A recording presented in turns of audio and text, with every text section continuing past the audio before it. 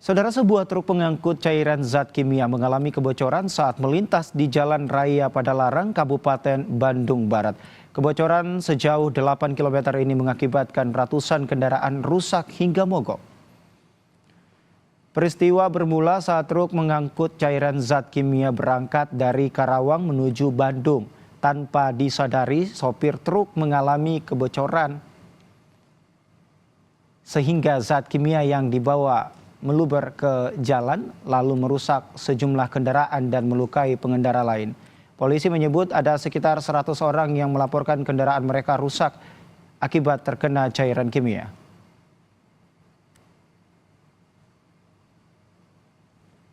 Ada beberapa korban yang terdampak dari bocornya limbah B3 ya. Yang terdata sampai dengan saat ini adalah sebanyak lebih dari 100 orang luka ringan. Kemudian untuk luka beratnya ada sebanyak 4 orang. Informasi selanjutnya, Saudara, Kepala Kejaksaan Negeri Kabupaten Kediri, Pradana Probo, berseteru dengan 2 pemotor. Merasa terancam, Pradana terekam kamera melepaskan tembakan ke udara. Dari video amatir terlihat Kajari Kabupaten Kediri yang cekcok dan kemudian melepaskan tembakan. Polisi menyebut Kajari terpaksa melepaskan tembakan setelah dirinya bersama keluarga merasa terancam oleh 2 orang tidak dikenal tersebut. Usai kejadian, Kajari langsung melapor ke Polres Kediri Kota. Sementara kedua pengendara motor tengah diperiksa polisi.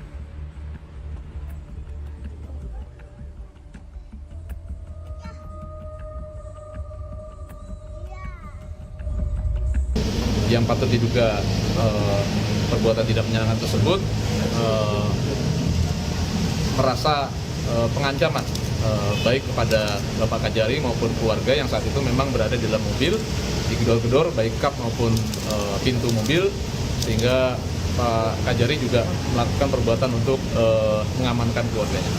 Ini Bapak Kajari Kabupaten memiliki surat izin khusus penggunaan senjata api yang dikeluarkan oleh Baintel Kampori dan masih berlaku sampai tahun 2025.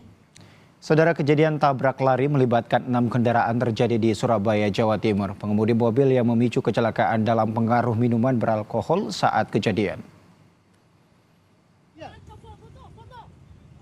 Ada tabrakan, bapak nabrak. Ayo kembali, ayo minggir dulu. Video amatir ini merekam sesaat setelah pengemudi mobil menabrak sejumlah kendaraan hingga warga sekitar berusaha untuk menghentikan laju kendaraannya. Akibatnya, Saudara, seorang pengendara sepeda ontel meninggal dunia. Kejadian ini terjadi di Jalan Laguna, Surabaya pada Senin sore. Pelaku kemudian langsung dibawa polisi ke Polrestabes Surabaya. Ia mengakui bahwa baru minum minuman keras sebelum kecelakaan terjadi.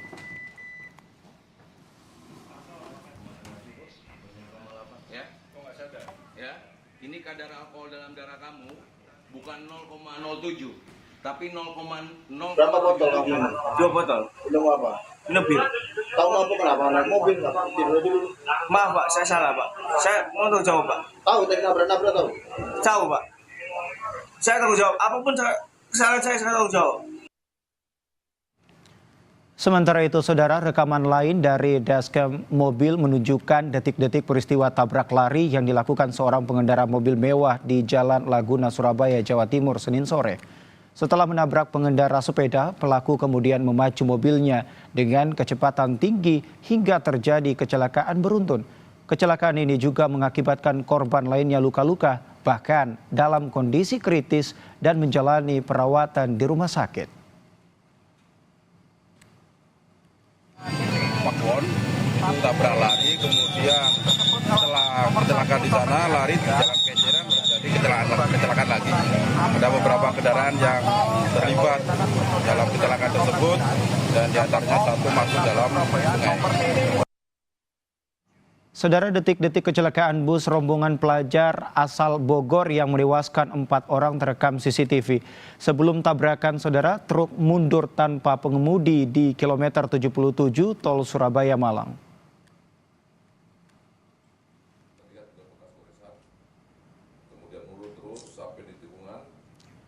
Dalam rekaman CCTV yang dirilis oleh Polda Jawa Timur, tampak truk mundur saat pengemudi hendak mengganjal salah satu ban truk.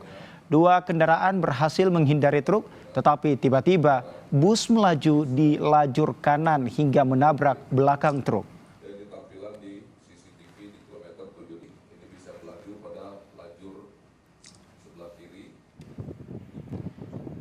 Dirlantas Polda Jatim bersama Polres Malang melakukan olah tempat kejadian perkara menggunakan traffic accident analysis di TKP kecelakaan di Tol Malang. Polisi masih mendalami keterangan sopir truk dan sejumlah saksi dari kecelakaan yang merenggut 4 korban jiwa. Menurut Kapolres Malang, sopir truk menjalani perawatan karena terluka saat mengejar kendaraannya yang melaju mundur.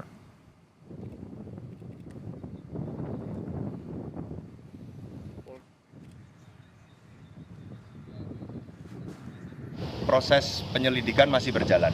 Penerapan pasal, kemudian siapa terduga pelaku masih menunggu proses penyelidikan. Nanti kami setelah lengkap bukti dan keterangan-keterangan, kita lakukan gelar perkara untuk menetapkan siapa pelakunya dan pasal apa yang dikenakan. Untuk sopir truk saat ini masih di rumah sakit. Ada sakit di lengan sebelah kiri, walaupun mudah-mudahan tidak patah. Kemudian ada lebam di pelipis. Kita ke topik lain, Saudara. Polres Metro Jakarta Pusat menyampaikan hasil tes DNA yang dilakukan orang tua atas kasus dugaan bayi tertukar di Rumah Sakit Islam Cempaka Putih. Polisi menyatakan bayi yang meninggal dunia merupakan anak dari pasangan Muhammad Rauf dan Feni. Kasat Reskrim Polres Metro Jakarta Pusat AKBP Muhammad Firdaus menyebut informasi mengenai bayi tertukar tidaklah benar. Kepastian itu diperoleh setelah dilakukan tes DNA oleh Laboratorium DNA Pusdokes Polri. Berdasarkan hasil analisis seluruh profil DNA yang dilakukan di Laboratorium Pusdokes Polri, dapat dibuktikan secara ilmiah genetik bayi Mr. X tersebut merupakan anak biologis pasangan Muhammad Rauf dan Feni Selvianti.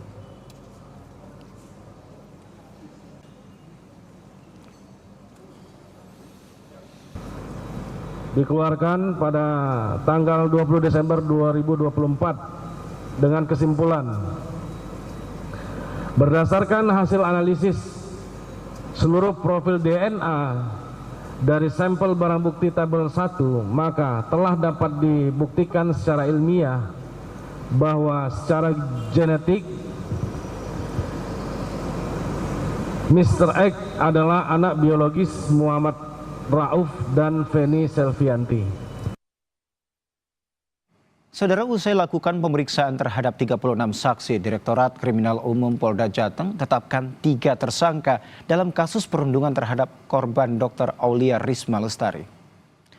Polda Jawa Tengah resmi menetapkan 3 tersangka dalam kasus dugaan perundungan serta pemerasan korban Dr. Aulia Risma. Ketiga tersangka itu memiliki peran mengumpulkan uang sejumlah 97 juta rupiah, penipuan, serta melakukan kekerasan verbal terhadap korban serta juniornya. Kasus dugaan perundungan mencuat usai penemuan jasad Dr. Aulia Risma di kamar kosnya pada 12 Agustus 2024. Kini ketiga pelaku terancam hukuman 9 tahun penjara.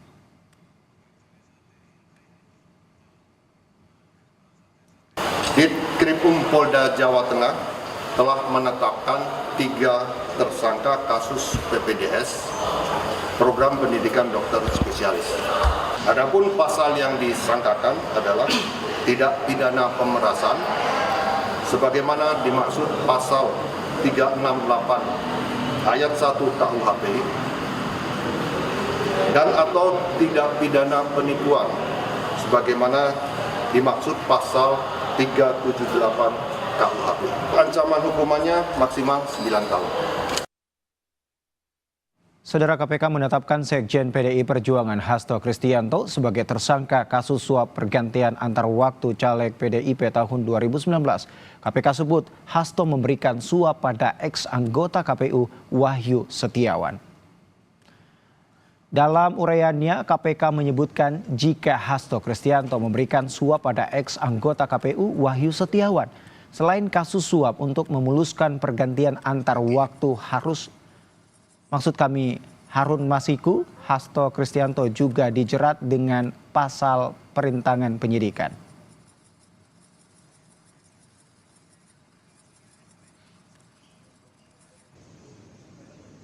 Penyidikan perkara dugaan tindak pidana korupsi yang dilakukan oleh tersangka HK bersama-sama dengan Harun Masiku dan kawan-kawan berupa pemberian sesuatu hadiah atau janji kepada Wahyu Setiawan selaku anggota Komisi Pemilihan Umum Republik Indonesia periode 2017 sampai dengan 2022 bersama-sama dengan Agustiani Tio F terkait penetapan anggota DPR RI terpilih 2019-2024 dengan sengaja mencegah, merintangi atau menggagalkan secara langsung atau tidak langsung penyidikan perkara dugaan tindak pidana korupsi terkait penetapan anggota DPR RI terpilih 2019-2024. Beberapa peran Hasto Kristianto saudara dalam upaya merintangi penyidikan kasus Harun Masiku dijabarkan Ketua KPK Setio Budianto. Salah satunya, Hasto memerintahkan pegawainya agar Harun Masiku merendam HP dalam air dan segera melarikan diri.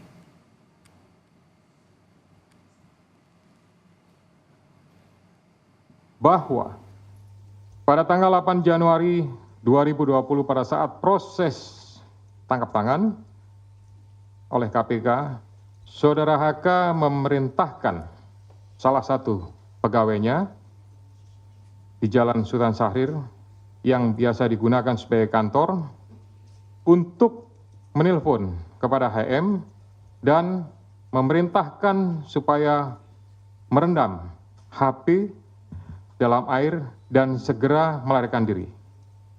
Bahwa pada tanggal 6 Juni 2024, sebelum Saudara HK diperiksa sebagai saksi oleh KPK, Saudara HK memerintahkan kepada salah satu pegawainya untuk menenggelamkan HP yang dalam penguasaan pegawai tersebut agar tidak ditemukan oleh KPK.